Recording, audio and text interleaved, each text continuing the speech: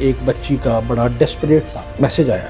میں جسٹ اپنا دکھ آپ سے شیئر کرنا چاہتا ہوں. جو بیچاری نے مجھے اپنی رام کہانی بتائی کہ جی کسی کو میری ناک نہیں پسند آئی, کسی کو میرا قد نہیں پسند آیا, کسی کو میری چال نہیں پسند آئی. انفارچونیٹلی بالکل ایسے ہم ایسے ہی ہے سر, بالکل آپ صحیح کہہ رہے ہیں, ریئلٹی ہے. بیٹی کے لیے ڈفرینٹ ٹرمز اینڈ کنڈیشن چاہتے ہیں اور بہو کے لیے ڈفرینٹ. مجھے ایسے لگتا تھا جیسے قربانی کا جو جانور ہے نا اس کو چلا پھرا کے لوگ دیکھتے ہیں. معذرت کے ساتھ جو لفظ اس نے بچی نے بولے کہ اسی طرح کتے کی طرح میرے پاس ٹریٹمنٹ ہوگی. بالکل میرے پاس لفظ ہی نہیں ہے کہ میں اس بچی کو کیا کہوں. بستعین بالصبر والصلاۃ ان اللہ مع الصابرین. چوری صاحب اسی جڑی گل کر رہے سا پہلے, پچھلے دنوں ایک کسی طرح ہی نا مجھے ایک بچی کا بڑا ڈیسپریٹ سا مجھے میسج آیا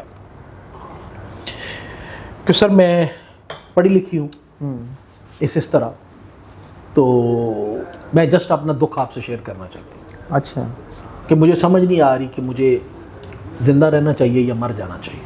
اوہو, ظاہر ہے میں لکھاری تو نہیں ہوں لیکن کوشش کرتا ہوں, تو ایک تھوڑی سی سینسٹیوٹی ہوتی ہے تو میں بھی اسی طرح ایموشنل ہو جاتا ہوں. تو میں کوشش کرتا ہوں جس کو جتنا ٹائم دے کے میں اگر کسی کو سمجھا سکتا ہوں یا اس طرح کر سکوں.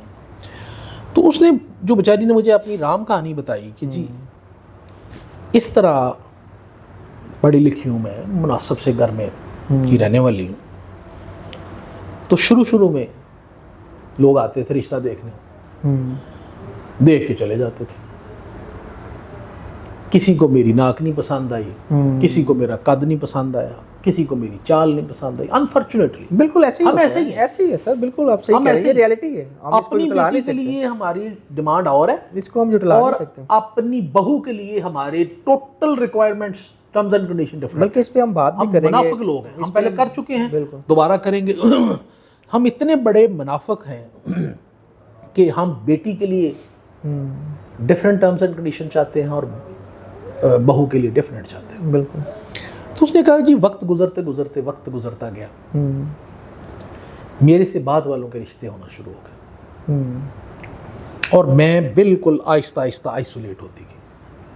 مجھے ایسے لگتا تھا جیسے قربانی کا جو جانور ہے نا اس کو چلا پھرا کے لوگ دیکھتے ہیں.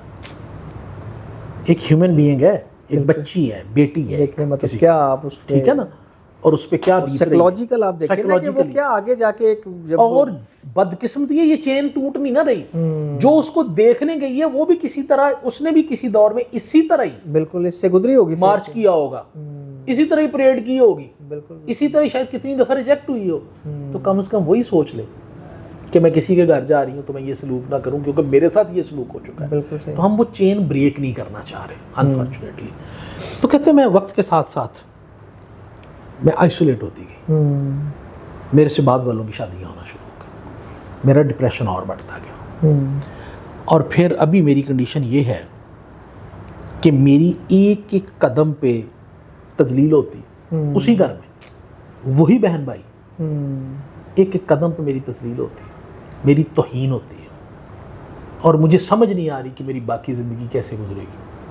اسی طرح ہی معذرت کے ساتھ جو لفظ اس نے بچی نے بولے کہ اسی طرح ہی کتے کی طرح میرے ساتھ ٹریٹمنٹ ہوگی جو میرا باقی ٹائم ہے.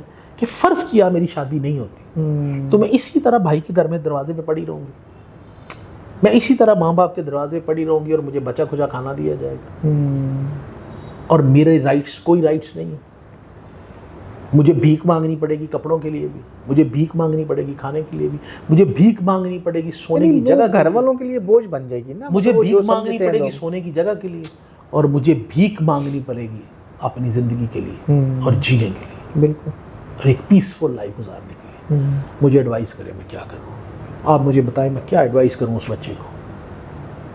مجھے تو شرم آتی ہے. بالکل ایسے ہی اس پہ آپ دیکھیں نا, مطلب کیا میرے پاس حالات یعنی اور میرے پاس لفظ ہی نہیں ہے. میں بیٹیوں والا ہوں, بالکل میرے پاس لفظ ہی نہیں ہے کہ میں اس بچی کو کیا کہوں. یہ تو اس فیملی کو سوچنا چاہیے نا کہ اس کو کہ بیٹا میں آپ کے لیے کیا کر سکتا ہوں.